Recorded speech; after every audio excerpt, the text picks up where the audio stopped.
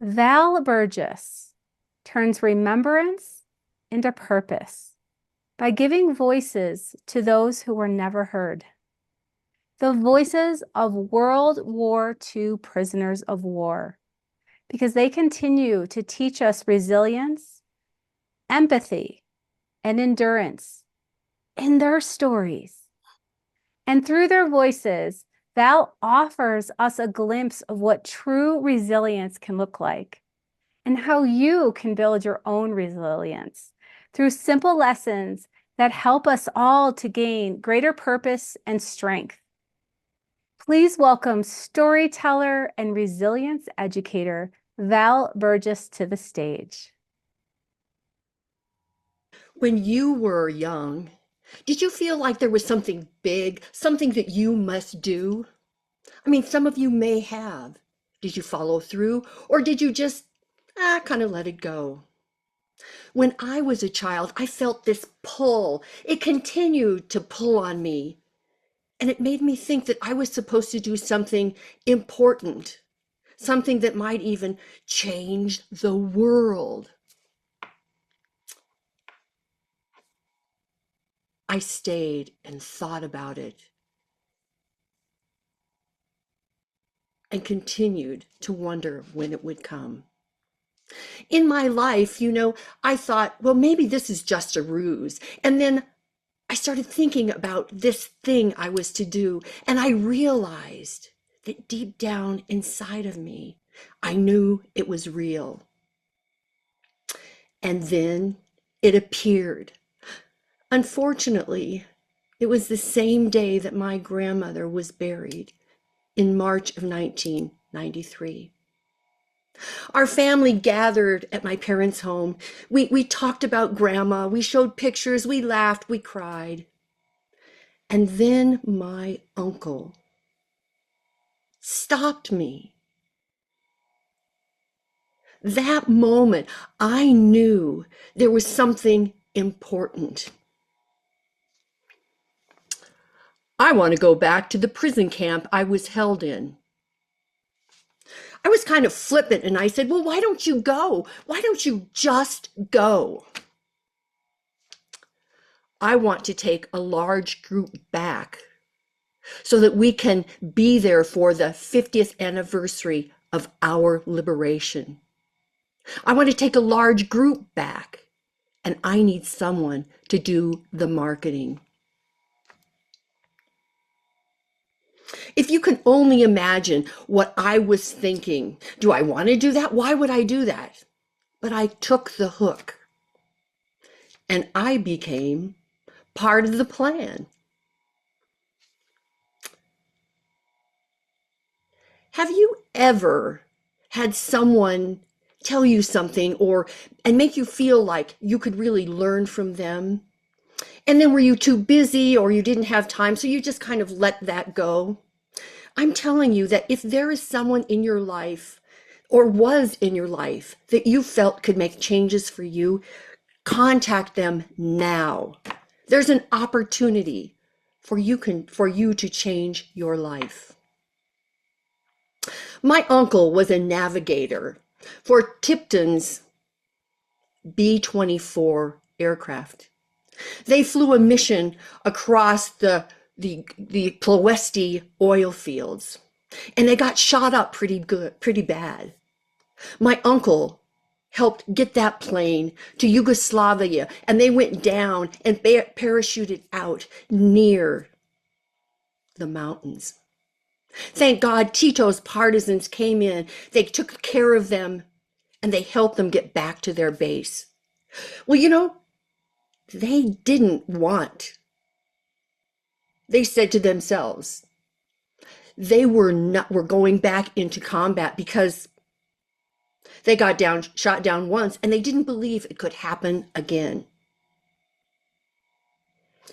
45 days and 30 missions later, they were shot down near Vienna, captured and interned in a prison camp. For 334 days, they languished in that camp, only to be liberated on April 29th, 1945. You know, this project turned into really a mission for me and something that I have done for the last 30 years. I've listened, I've recorded, I've learned so much. We sent out 3,000 letters, 3,000 prisoners of war, and that was just a small part of those men who were held. Many of those men didn't know me, I didn't know them, but they called. And after I answered their questions, they would leave me with a story like this. First, they would take a deep breath, and then they would share something fantastic, something amazing. Many of them told me black jokes. They were very funny, but oh, gall, they really weren't that funny. They were pretty hard to listen to.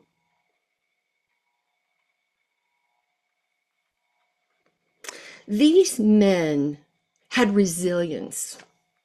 They got into those aircraft to fight the Axis. And every morning when they got in that aircraft, they felt like they would die. And they feared that. And they worried that they would never see their loved ones again. So what is resilience? Resilience is a way that you can solve adversity for yourself. It's not that hard to learn. Anyone can do that, but you have to commit. And I have 5 steps that are maybe of value to you. Number 1, connect. When you connect with other people, you build relationships. If they stand up for you, if they believe in you, if they will be there for you, those are the people that you want. But when you want resilience, you need people which will help you gain that. And then you have to adapt. Because, you know, life is not simple. Sometimes it's very, very difficult. And you can give up your progress, but don't give up your plan. And you know what? You can use laughter to make some of the difficulties easier. Thirdly, reflect. You need to you pause and think about things. Take time to check it out, really look at it in different ways, write about it.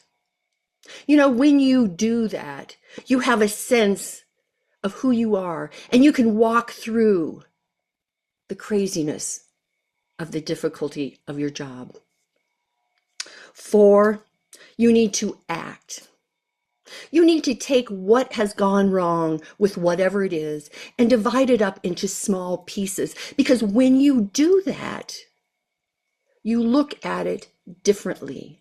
And when you see it differently, it's much, much easier to resolve. And 5, you've got to take care of your mind and your body. Sleep, eat well, exercise, and rest. Don't watch TV, that's not resting. And then, because you do those things, especially the first and the last, you become resilient. These prisoners really relied on each other. They shifted when their path changed direction. And they found that action kept their hopes alive. You know, it's urgent that we listen to these stories. These people who survived the largest conflict in the world ever. We want to listen to their stories, but also we want to learn from them. You know, we live in a comfortable world with lots of conveniences. But that doesn't make you resilience. It's a difficulty, the truth of difficulty that really makes the challenges, makes you a better person, makes you more resilient. So if you build your resilience, you learn and your children learn how to deal with difficulties with courage and with purpose.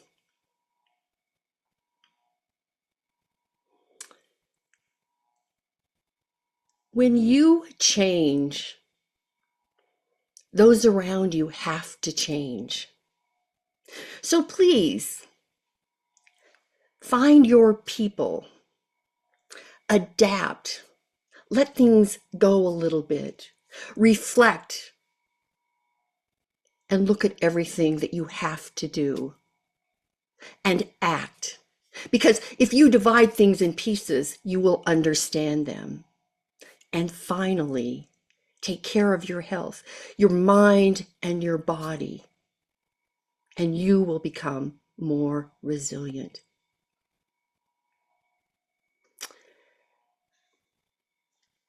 Working with these people and learning all of this, their stories and their histories and all of that, isn't a badge of glory. It's really showing up, being there, listening to you, and acting for them. And they were very, very resilient. And so I want you to learn those skills so you too can move your life because of the resilience. I want you to understand that pull and how making yourself learn how to be resilient will teach you how to get better, grow up, have different things in your life that are very, very positive. And you will be resilient.